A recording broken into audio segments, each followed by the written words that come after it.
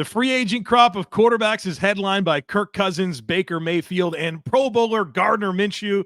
So we're going to explore their skill sets and discuss the dynamics of their situations today on the Locked On NFL Scouting Podcast. You are Locked On NFL Scouting with the Draft Dudes, your daily podcast for NFL and college football scouting. Part of the Locked On Podcast Network, your team every day. What's better than this? It's guys being dudes here on the Locked On NFL Scouting Podcast. We're the Draft Dudes. I'm Joe Marino from Locked On Bills. He's Kyle Crabbs from Locked On Dolphins. Hello. And we are your NFL experts here with you daily to talk team building across the league on the Locked On NFL Scouting Podcast with the Draft Dudes, part of the Locked On Podcast Network, your team every day. Want to issue a big thank you, shout out, and welcome to our everydayers. Those of you who make us your first listen every single day, we appreciate y'all being here very, very much. Today's episode is brought to you by FanDuel. Make every moment more. Right now, new customers can get $150 in bonus bets with any winning $5 bet. That's $150 if your bet wins. Visit FanDuel.com/LockedOn to get started. Joe, happy Tuesday, February 13th. Tomorrow, Valentine's Day, right? Yeah. Doing anything? Well, yeah. Tonight is Valentine's Day with my daughter. So we got some robust plans, some fun surprises in the works, and then got to take care of Mrs. Marino tomorrow night. We have preschool Valentine's Day party tomorrow, which I'm very excited about. Ah, very good. Yeah. Donuts. What's the plan? We bringing cookies? We bought pancake mix. Ah, okay. Not sure what they're doing with it, but it was on the list, and we said, let's get that and bring that. So we dropped that off yesterday. Yeah, preschool events with kids is awesome. They're fun. It is a lot of fun, and it's also gives you a great appreciation for your childcare employees and those who do that for a living. Because I'm there for 30 minutes, and I'm like, yo, yeah, it's incredible. Do you guys get the preschool drama? My daughter tells me all about her classmates and which ones pull each other's hair, who got put in timeout, who got to pull the red card or whatever they're doing. I almost just name dropped the kid, and me too. You get careful. I'm not gonna do that. Yeah, careful. Never know who's listening to the show. Nope, you never do. Let's start with this deep dive. Oh, what a transition from preschoolers to Kirk Cousins. To Kirk Cousins. But the objective was yesterday we went over the entirety of the class and kind of identified, like, if you're a team that needs a starter, right? You have Caleb Williams, Justin Fields, Mac Jones, right? Some trade candidates, some draft candidates with Drake May and Jaden Daniels and J.J. McCarthy, apparently, who's getting a ton of buzz for top half of the first round. I know Brett Whitefield just put him first overall in his mock, right? For fantasy points. Yeah. You have a few free agent options. The challenge with free agent options is, of course, there's a price, a salary level that's not to the stratosphere of all of the other players that we just mentioned, whether it's draft pick, first overall, 12th overall, or trading for somebody who's already on a rookie contract. So that makes this conversation more challenging, but also what you're signing yourself up for a little bit more. And I think that's what we aim to do with this, is to outline these players and what you're signing yourself up for and where their skills may overlap with individual opportunities across the league. Also, shout out Mitchell Trubisky. Welcome to the crop of free agent quarterbacks. We just talked about him yesterday, too. We name dropped him when we were going over prior backup quarterback contracts. Yeah. Forget Mitch. Sign Chuks Okorafor. But don't sign Presley Harvin. That guy's about the worst punter I've ever seen. Unbelievable. He held that job for 3 years. He was crap from day one, and he kept on rolling. So we're not here to talk about punters. Kirk Cousins. Kirk Cousins. You want to set the table here? I just did. Well, you didn't talk about Kirk Cousins. You talked about the dynamics of it. And set the table. All right. Kirk Cousins, 35 years old. He turns 36 in August. Of course, coming off of an Achilles injury. You wish that wasn't true. Suffered that on October 29th. Kyle, when watching Kirk Cousins, I came away really comfortable with how he executes that Kevin O'Connell offense. It feels like he knows where his answers are. He's in full command.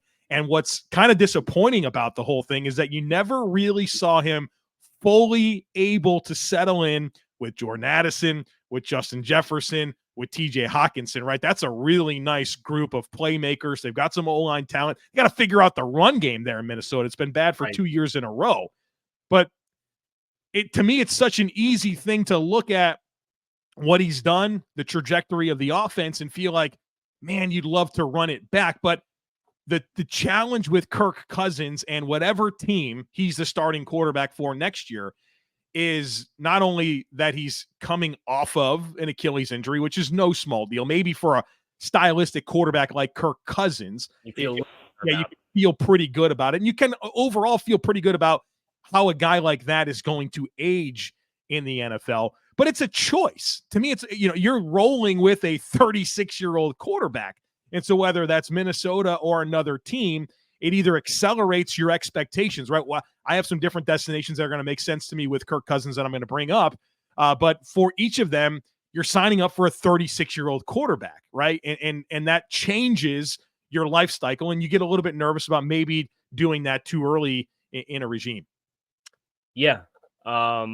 It's kind of that intersection where you talk about, and I want to make sure we have enough time to actually talk about Kirk, but it's that intersection where you think about like Matt Nagy drafting Justin Fields to try to save his job, when in reality, like trying to save your job, having a quarterback like Kirk Cousins on the market and pursuing that in like a high pressure or hot seat year probably does a lot better for you for raising as compared to the argument of, oh, well, we just drafted a quarterback. I need a few years to develop him and let him cook. Like that, that very rarely works. And then you're putting the player in a bad situation too. So Kirk Cousins, the player. I think he's got really good arm strength. I think he's from clean platforms, not even clean pockets, clean platforms. When his feet are set, he's got really good accuracy. I think to all levels of the field. I think where Kirk is at his best is with the it's weird. A lot of the Shanahan style offenses. And I know JT O'Sullivan just went in on the San Francisco 49ers about this. And I know from my experience with Mike McDaniel and the Dolphins, one of the elements that's like the big stressor of these offenses is their like progression drop back passing game. I think that's where Kirk is at his best. I think his football IQ is his best trait.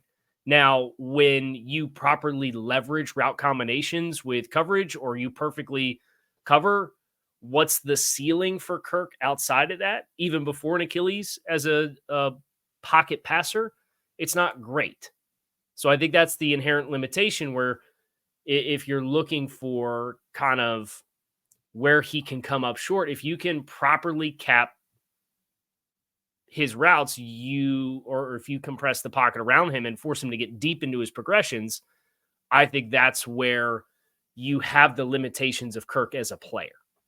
But in the grand scheme of things, executes his offense and works through progression, passing at a very high level, has arm talent to from the pocket attack all three levels of the field, and is very good with accuracy. I love him in play action as well.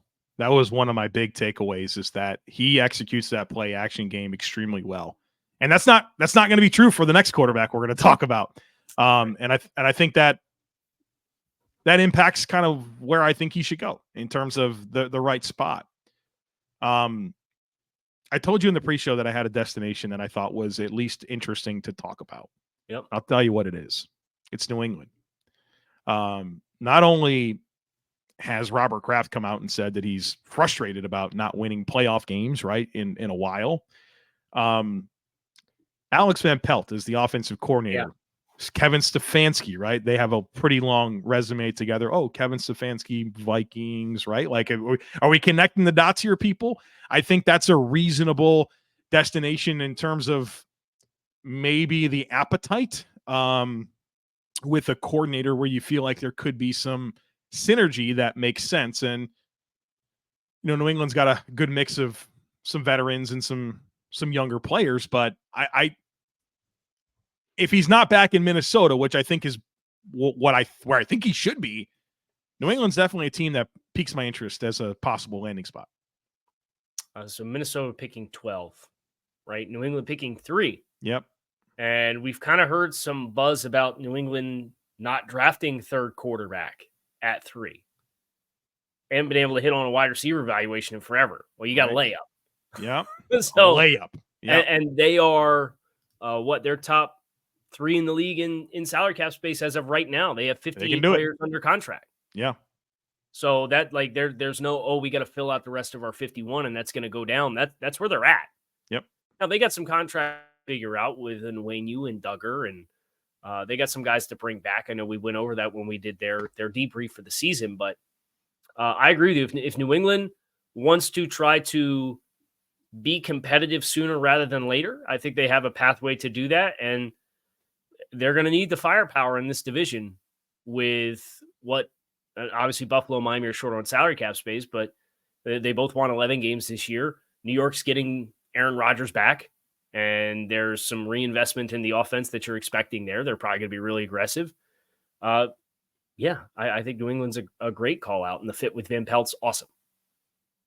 Of course, Atlanta, Pittsburgh, Denver. You could, if you're a team that needs a quarterback, you're gonna have a really hard time getting me to say, "Oh yeah, don't pick Kirk Cousins," unless it's Chicago, right? Like, you don't go with Kirk Cousins.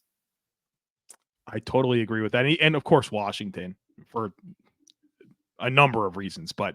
Yeah, like you're picking 2. Get your young quarterback in the draft. There's so much aside of the bad blood that probably exists with Washington and Kirk. There's also y'all have so much foundational stuff to figure out. You're not ready to invest there and go for it. And boy, oh boy, am I not impressed with the coaching staff being assembled in Washington. All right, Baker Mayfield coming up here in just a moment, so be sure to stick with us. DoorDash went all out for game day and DoorDashed stuff from all the ads to one lucky winner. Cars, snacks, even tax software. Wasn't me either. I didn't get DoorDash is the all-in-one app for your everyday needs, from restaurants and groceries to flowers and gifts. So next time you're running low on dinner ideas, pet supplies, or just time, you can get so much more than you realize delivered.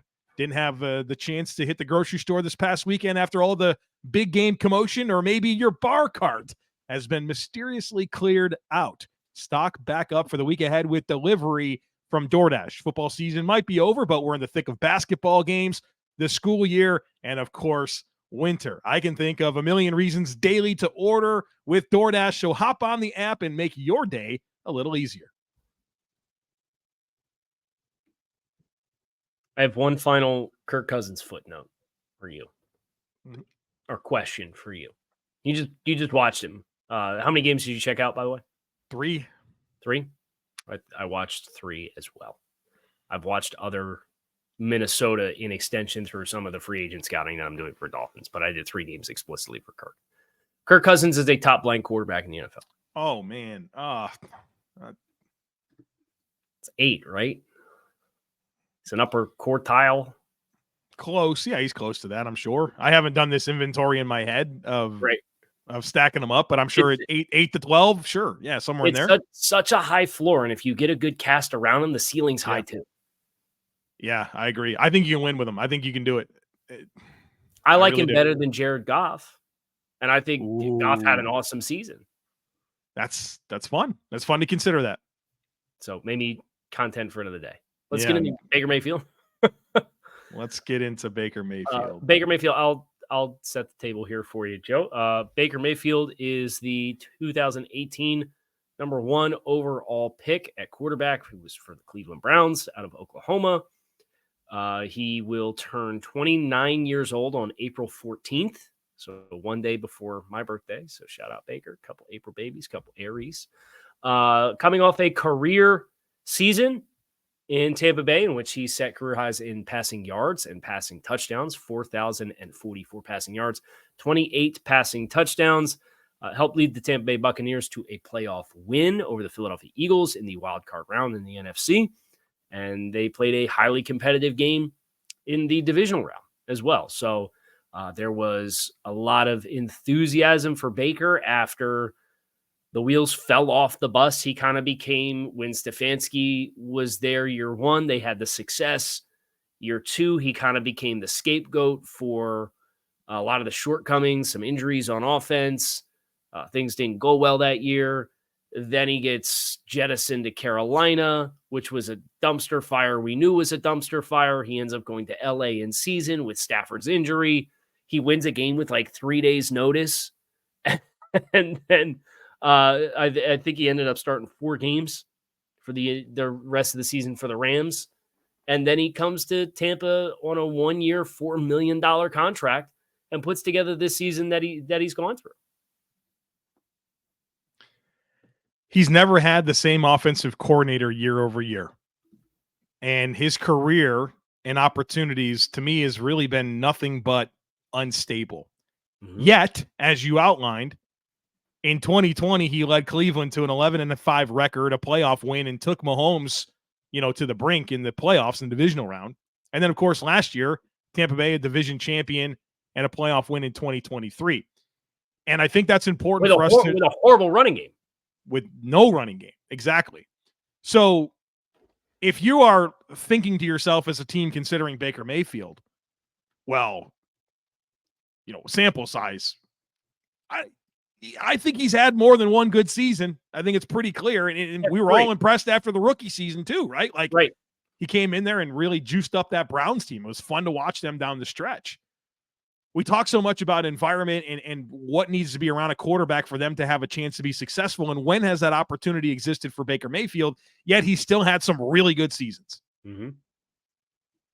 To me, this isn't like, you remember a couple of years ago, the Falcons, they threw a dart at like Marcus Mariota and he was like their day one starter. That's not this.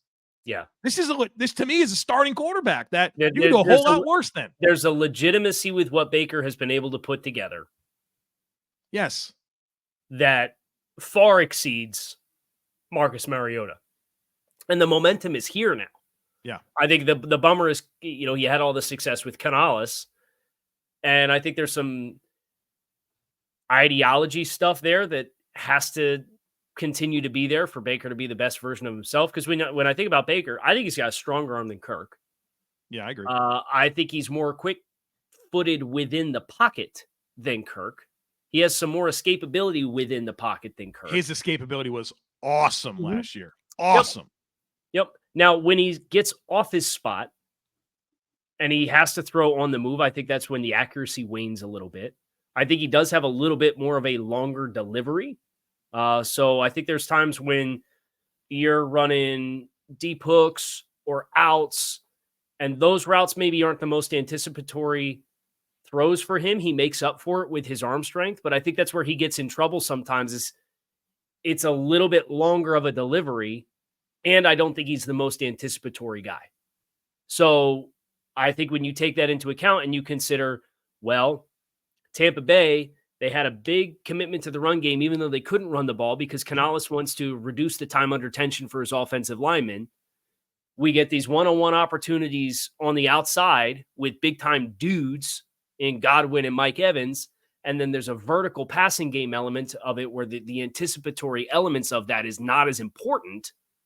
And all of that pieced together to help draw out this season that we got from Baker Mayfield in my mind. Yeah, you talked about some important things with the skill set there in terms of the escapability, where the accuracy can wane when he gets off structure. And I think that's a contributing factor to maybe some of the decision-making concerns that I would have with him, where we know he's very, very, very competitive. And I mean, we talked about Baker Mayfield being a wizard in the pocket when he was at Oklahoma, right? Mm-hmm. It's just showed up, I think, in this best possible way this past season with Tampa Bay. But I think sometimes when you couple a very, very competitive player with some escapability, but then there's limitations that exist after that, but you can have some dangerous moments, right? There's also a strong arm where I think I can get it there. Yeah. Yeah. I think you got to have some of that arm arrogance. You have to. It's important. Like in the NFL, you got to rip it, man. You got to do it. So he's a very attractive player to me for certain teams. And it's no question that, like, I thought he got better and better as the season moved along. Like that stretch, that got to have it stretch like later in the season, I thought he played his best football. The interceptions were down. And I just continue to get intrigued and maybe even a little bit excited about what it looks like with some level of consistency around him, although that's not going to happen this year, right? Again. Right. But where can we give him that chance? One of my favorite spots for Baker, well, there's two that I really like. One of them is the Raiders. And not necessarily because I'm in love with Luke Getsy, but I think that Luke Getsy at his core, there's like LaFleur principles there. And I think he wants some drop back stuff.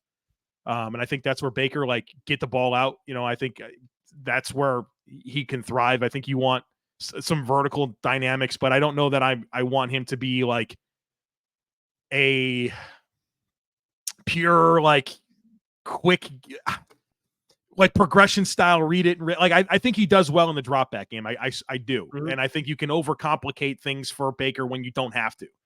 I don't want to have his back to the defense all the time, right? Like, I want him to play within rhythm. And I think he has his best moments like that. And I think you think about the Raiders, if they are able to keep Adams, Jacoby Myers, I think those are receivers that would work well with Baker Mayfield. And of course, Mayer is a young tight end. I kind of like the Raiders as a spot for him. So let me ask you this. What's more important for Baker Mayfield? The scheme or the supporting talent?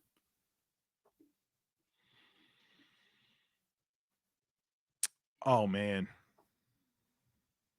I think it's both important. Right. But if I'm going to deter, like, I want to sit here and say Atlanta. Raheem Morris was in LA with him. Zac Robinson was in LA with him. You got Drake London as a big-bodied first-round pick. You got Kyle Pitts as a tight end threat in the middle of the field. You got a running game element that Baker's never had since Cleveland. Yeah. And I think there's connections there. I think there's enough pieces of a skill group. I think that opens the door for Atlanta to find one more wide receiver in the passing game. And you can really like that cast around him with some familiarity. And it's just we've seen different styles of the Shanahan offenses that branch out depending on the strengths of the quarterback. And I think some of what LA has been able to do from a passing game perspective with Stafford because of the pop in the arm and some of the wide receivers, I think you could get a lot of that in Atlanta. And I like that for him. Yeah, those are my top two spots, Raiders and Falcons. Can you see Sean Payton have a little him and Sean Payton? He was flirting with Baker Mayfield at Super Bowl for Media Week. Did you see that? I didn't see that, but personality-wise, they're kind of similar. Yes. I think they definitely love to go out and get beers together. I can tell you that. Yeah. Just talk trash and just be petty. There's a math problem there with Denver, right? Where if you're going to move on from Russell Wilson, what that financially looks like and getting Baker on the books, that's just the part of that could get really sticky. All right. We'll get to the Pro Bowl quarterback here in just a moment, so be sure to stick with us. Get buckets with your first bet on FanDuel, America's #1 sportsbook, because right now, new customers get $150 in bonus bets with any winning $5 bet. That's $150 if your bets win. You can bet on all your favorite NBA players and teams with quick bets, live same-game parlays, exclusive props, and more. They've got futures already for the NFL if you want to get ahead of some things that you feel good about happening in 2024. It's just so many great options over on FanDuel and a great format, easy to use operating system there. So check it out. Visit FanDuel.com/lockedon and shoot your shot. FanDuel, official sports book partner of the NBA.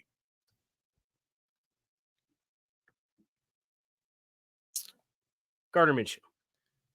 The floor is yours.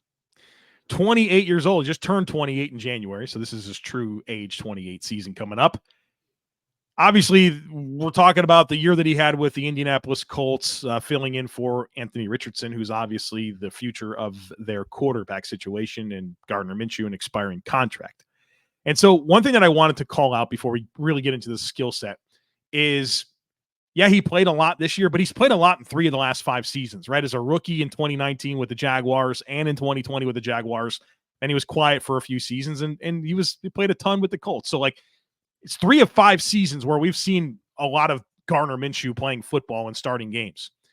As for the skill set here, I have questions, man. I don't love the accuracy. I don't like the decision-making. I think he's a bit of a wild card with how he executes. Now, there's a piece of that that I like where he will come in and rip it, which is intriguing. We just talked about that. I don't know that it always works out for him like you ideally want it to, but to me, he's one of these guys that like strikes me as a fiery backup that will be undeterred in any situation, but he's just not a guy that I look at as a preferred starter that I pay like legit or even close to legit starting quarterback money. I just think he paints outside the lines too much, and I don't know that he has the skill set to do that. This is the best way to put it, is he paints outside the lines. Now, if you had to rank the 3 quarterbacks we've discussed as far as their quick twitch and escapability, Gardner's at the top of the list. He's a smaller quarterback than Baker, but Kirk's more within the pocket. Baker's got kind of a nice sixth sense at times, has really quick feet, but maybe not the most athletic. I think Gardner's more athletic than Baker. I think he has a sufficient level arm, but the down to down consistency just creates the variance. And that's where I agree with you wholeheartedly that if you needed a guy to come in and play as a backup and feel like we can win some games, I think Minshew's one of the guys that qualifies on that list. But to roll with him as a starter, regardless of his status as a Pro Bowl quarterback or not, I just don't have the confidence in it. And some of that's just the nature of how he approaches the game, for better or for worse. Now, how about an environment where it makes sense? So I think that's where it gets kind of interesting. Well, I think the logical environments for Gardner Minshew are ones very similar to the one that he was in, where it's a team that's looking for a first-round pick, potentially at quarterback, that can be an asset to that player in the room, to be a bridge quarterback. I mean, Gardner Minshew was like going to retire from playing football. Yeah, before he went to his Washington State. He's like with Alabama. Was he going to be like a quarterback's coach? Like a grad assistant at Alabama. Like, so that speaks to what he can mean to a quarterback room. And, you know, I think we talk about quarterback depth, and a lot of times it's about, well, what does it look like if they have to play? The depth of your quarterback room, more important than playing, is being an asset to your starter, so that they could be the best version of themselves, whether that's in practice, whether that's on the sideline during games, in the meeting rooms. Like that's a big part of what quarterback depth does. It's not just, well, if you have to play, how do you support that starter? And I think that Gardner Minshew would be a great asset to a Caleb Williams or a Drake May or a Jaden Daniels or a JJ McCarthy. I just don't think that you can. I think you'd be making a mistake if you brought him in with the intent of him being your guy. What about Pittsburgh?